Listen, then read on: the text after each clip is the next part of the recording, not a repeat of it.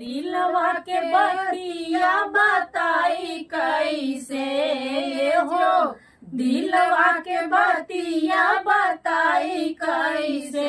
सैया ठाड़ है आंगनवा बोलाई कैसे, राजा ठाड़ है आंगनवा बोलाई कैसे हो, दिलवा के बतिया बताई कैसे हो, दिलवा के बतिया बताई कैसे।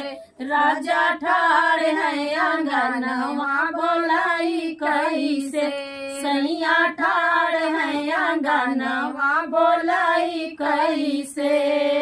चूड़ी खान कई बै तो सास जानी जाई है, चूड़ी खान कई बै तो सास जानी जाई है, सास जानी जाई है हो, सास जानी जाई है।